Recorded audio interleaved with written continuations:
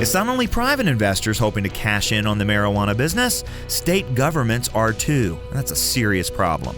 For the Colson Center, I'm John Stonestreet. This is Breakpoint. In the 1967 film The Graduate, which I do not recommend, Dustin Hoffman plays a recent college grad clueless about what to do next. At a cocktail party celebrating his graduation, one of his parents' friends takes him aside and says, "I want to say one word to you. Plastics. There's a great future in plastics." Well, today, the one word on the lips of far too many investment advisors is cannabis. A recent article in the Motley Fool online investment guide tells would-be investors there's a decent chance that 2020 will be a significantly better year for the marijuana industry and marijuana-related stocks than last year. Why? Well, because there's a decent chance that 3 new states, New Jersey, Arizona, and Nebraska, will join the legalized marijuana trend in some form or fashion this November. Illinois legalized the sale of the drug on January the 1st, with the lieutenant governor of the state promising, quote, a new day for residents of that state, particularly those that are black and brown. Now, here's what she meant. Besides legalizing recreational marijuana for anyone 21 or older with a driver's license, their new law creates a social equity cannabis business development fund, whose goal is to, quote, promote diversity within the marijuana industry. So would-be weed entrepreneurs from communities that have been disproportionately impacted by the war on drugs can now not only get loans from the state, they can receive technical assistance in preparing their license applications and reductions in their license and application fees. Now, promoting entrepreneurship in struggling communities is a laudable goal, but you got to question the wisdom of infusing a community already disproportionately impacted by the war on drugs with state-subsidized drug dealers. Encouraging and incentivizing residents to use marijuana is the last thing these communities need, particularly from the state.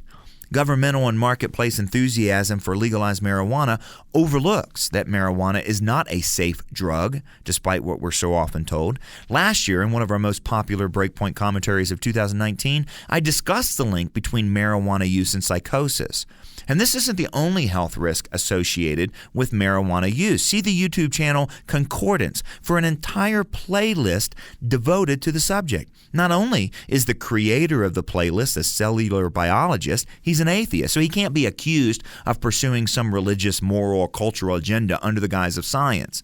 In addition to the link between cannabis and psychosis, there's a link between cannabis and increased stroke risk, and research is becoming increasingly clear about the drug's impact on the heart and the lungs. All of this is covered by the YouTube Concordance series with links to peer-reviewed studies from scientific journals.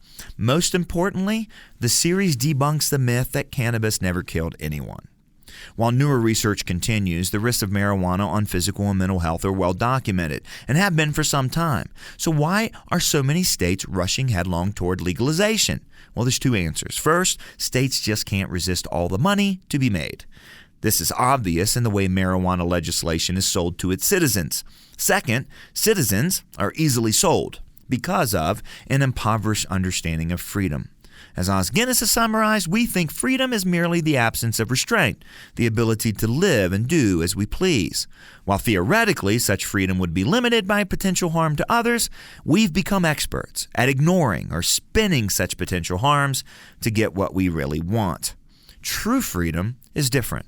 It's freedom to live as God intended, as image bearers, at work, restoring God's good creation. We oppose things not because we're killjoys, but because we embrace a bigger, fuller vision of the human person. In other words, we find ourselves against such so-called freedoms because they're not freedoms at all.